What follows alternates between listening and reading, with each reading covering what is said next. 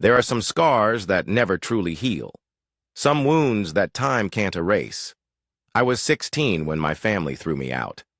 Not because I did something wrong, not because I was a bad kid, but because my twin sister wanted more space. She convinced my parents that I was a burden, that there was no room for me in our cramped little house. And so, one cold night, I was handed a trash bag with my few belongings and told to leave. I remember standing outside that night, staring at the closed door, my breath fogging up in the cold air. I knocked. I begged. But my father just yelled through the window, "Figure it out, boy." So I did. I figured it out the hard way. I slept in a tent. I fought for scraps. I did whatever I had to do to survive. And after 12 years of struggle, 12 years of clawing my way out of the pit they threw me into, I finally had something of my own, a house. My house. I thought I was free.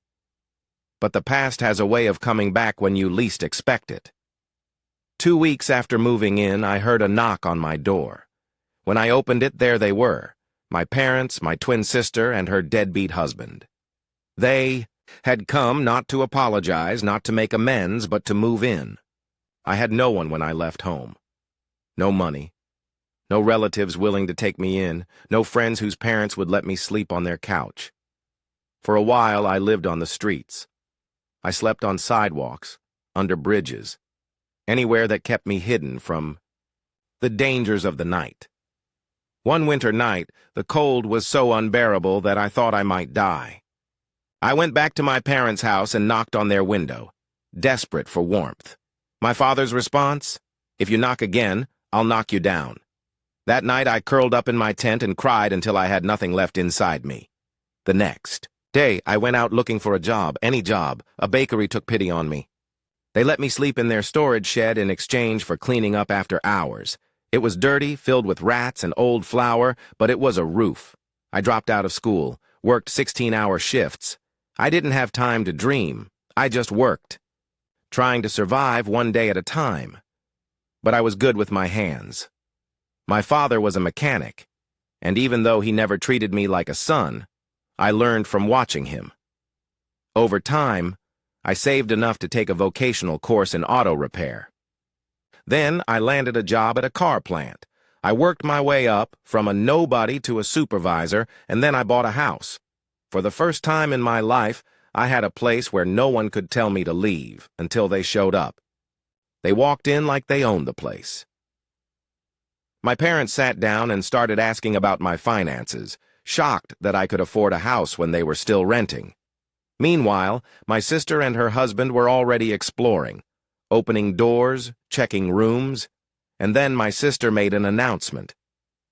"I've decided we're going to take the bedroom with the balcony and the bathroom. She was already claiming my house," I snapped. "Excuse me? What the hell do you mean, we?" She rolled her eyes. "You don't need all this space. You used to live in a tent, remember? You should be grateful you have a house at all." My father chimed in. "Be a man. Take care of your family." "Family? The same people who let me starve on the streets? Get out." My mother gasped. "You can't just throw us out. We're your blood." I laughed. "Funny. That's exactly what you did to me when I was 16.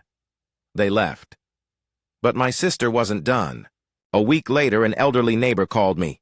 "Son, there's a pregnant woman and a man sneaking around your house. I think they're trying to break in." I rushed home. They had broken in through a window. My sister was sitting on my couch, feet up on my coffee table. Her husband was standing by the fridge, drinking one of my beers. I saw red. "Get out!" My sister smirked. "We didn't have any other options. You were being selfish. Now we live here. Suck it up."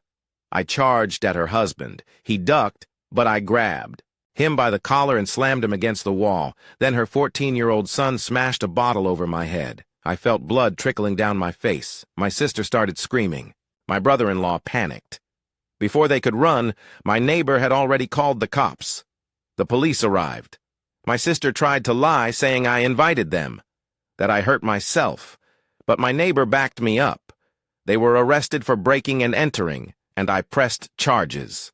For a week, I thought it was over. Then my parents showed up. I didn't even let them speak. No. Whatever it is, no. My father sighed. We want to live with you. I laughed. Of course you do. Because you gave my sister your house, didn't you? They had no response. I looked them in the eye. You threw me away. You left me to die. And now you want to live in my house? My mother started crying. We're your parents. You owe us. I stepped closer. No, you owed me. You owed me love, protection, a home. And you failed. I opened the door. Get out. For the first time in my life, I saw fear in my father's eyes. Fear that I was no longer his puppet. They left, and I locked the door behind them. Some people say blood is thicker than water, but sometimes blood is just a stain you have to wash off. And I've never felt cleaner. Thank you for watching. If you haven't subscribed yet, please do so and hit the notification bell to stay updated with more shocking real-life stories happening around you.